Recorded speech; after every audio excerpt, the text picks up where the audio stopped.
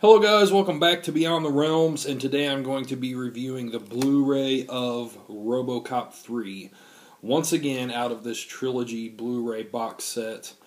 Robocop 3 came out in 1993, and this was a film that I did not watch until recently. Actually for the first time recently. I don't know why I never saw it growing up. I guess, around this time I was, outgrowing this phase or whatever, and just, after hearing so many bad word-of-mouth things about it, I just didn't care to check it out.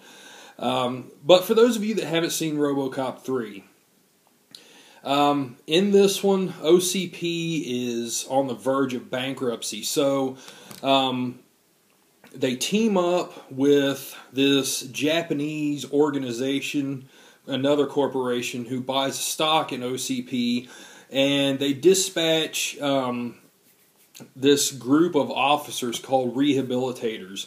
Crime has gotten at an all-time high. It's gotten even worse than in the previous two films.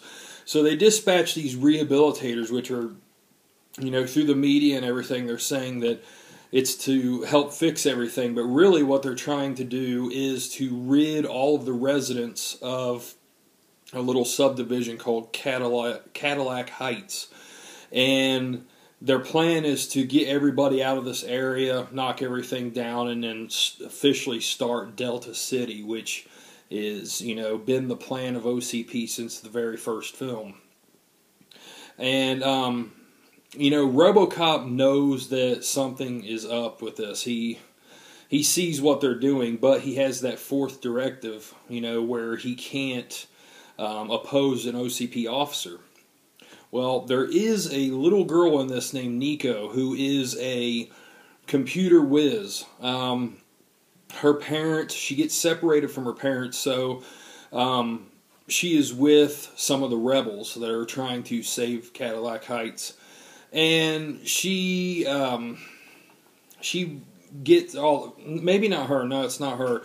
They find Dr. Lazarus, who is one of the people responsible for Robocop. And, okay, go ahead. And they get Dr. Lazarus to reprogram him and take that fourth directive out, and then Robocop ends up helping the resistance, the rebels, to oppose OCP. But also along the way, this Japanese organization has robots of their own, these robot ninja guys. So Robocop is fighting, the OCP, the officers and everything, and all these gang members and drug dealers that they've got helping them out. And also he has to take on these Japanese robot ninjas. Robocop 3 is a film that if you never watch it, you are really not missing anything. The one thing I'll say about watching this film is it makes you want to just stop it and go back and watch the first one or even the second one again. I mean,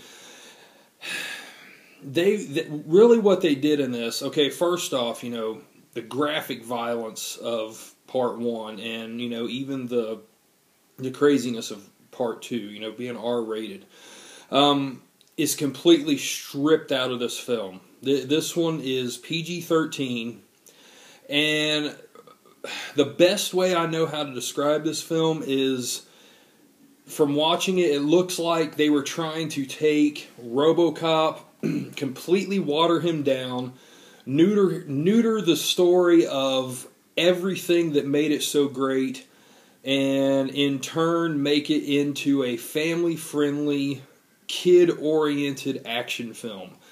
That's really the best way to describe this one because, of course, PG-13, all the graphic violence is gone, all the language is gone, and, also you got the little kid Nico in it, which, is obviously put there for kids to relate to. And, it's just, man, they really neutered the story big time in this. Man, But it's, another aspect that's stripped out of this movie that was a big staple in Part 1 and Part 2 is the media break, news broadcast that's intercut in the film, and, the mock commercials. I mean, that's a big part of those first two films that have some very memorable scenes. Totally stripped out of this one. And another big glaring problem for this is the absence of Peter Weller as Robocop. The guy that comes in for him is Robert John Burke. And he does not do a good job, guys. I mean, he is so... He takes the actions of Robocop and the way he talks and, like, completely overdoes it. It's like... it almost looks like a parody of Robocop. It's like somebody that's put on the suit and trying to make fun of Robocop. That's how it is. It's so bad. He's just not good. Everything he says and does, it just comes off as total parody.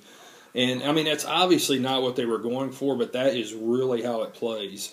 In the film, it's sad because Fred Dekker directed this film. And I believe this is one of only 3 films that he did. I'm going to try to check here real quick. And if you don't know who Fred Dekker is, he is the director of The Monster Squad and Night of the Creeps. So, I mean, that's 2 awesome films, and then he went on to do this. He also directed 1 episode of Tales from the Crypt. But he only has 4 directorial credits to his name. Night of the Creeps in 86, The Monster Squad in 87, Tales from the Crypt in 89, and then this in 93. And this, unfortunately, ended his career.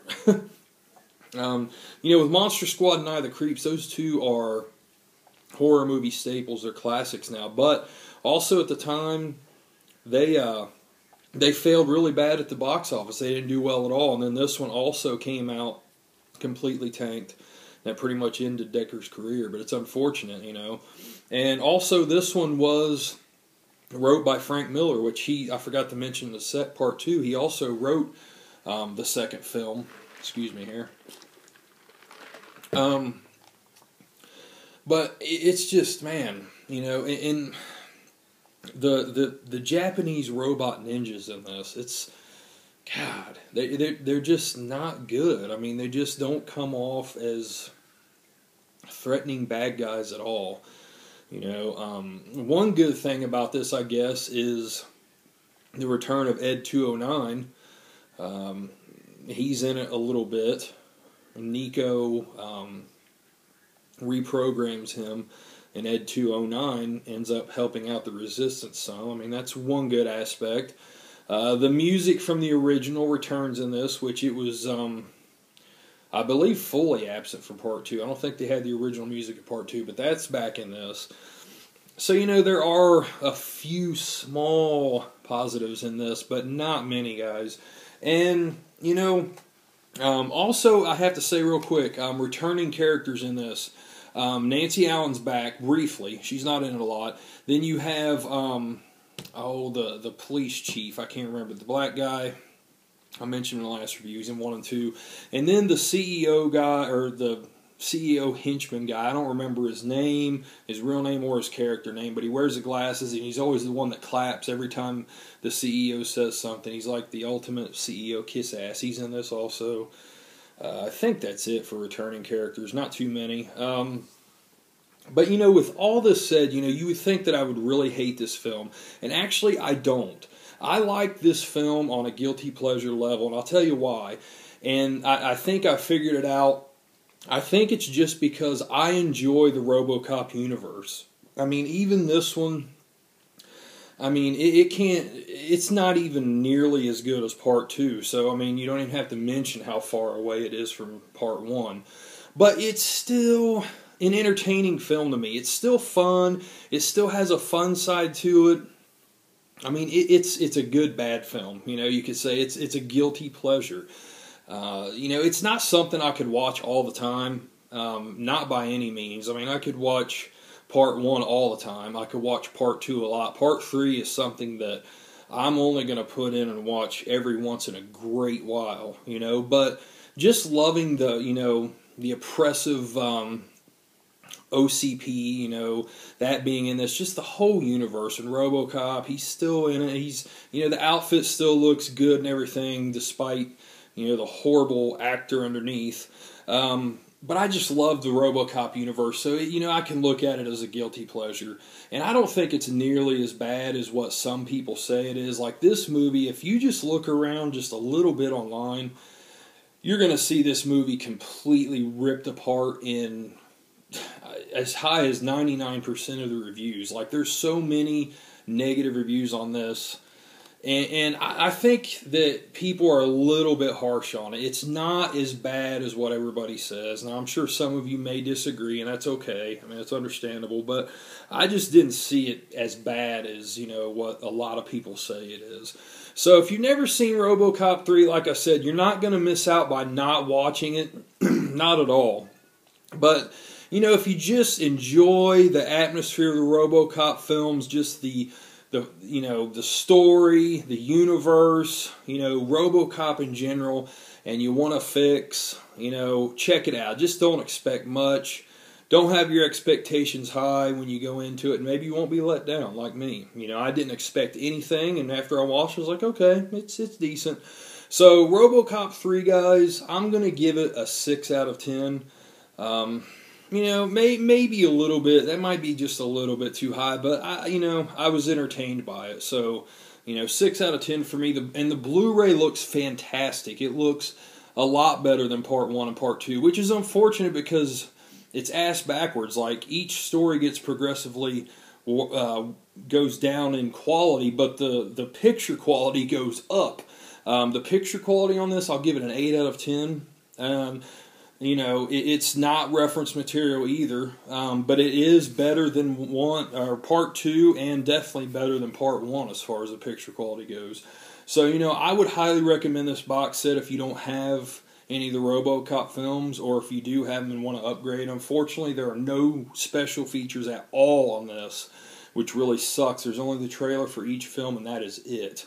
So, yeah, guys, I hope you've enjoyed the Robocop trilogy reviews here on Beyond the Realms. I appreciate you all watching, and I will be back sometime soon with another review. Who knows what? Just depends on what I watch.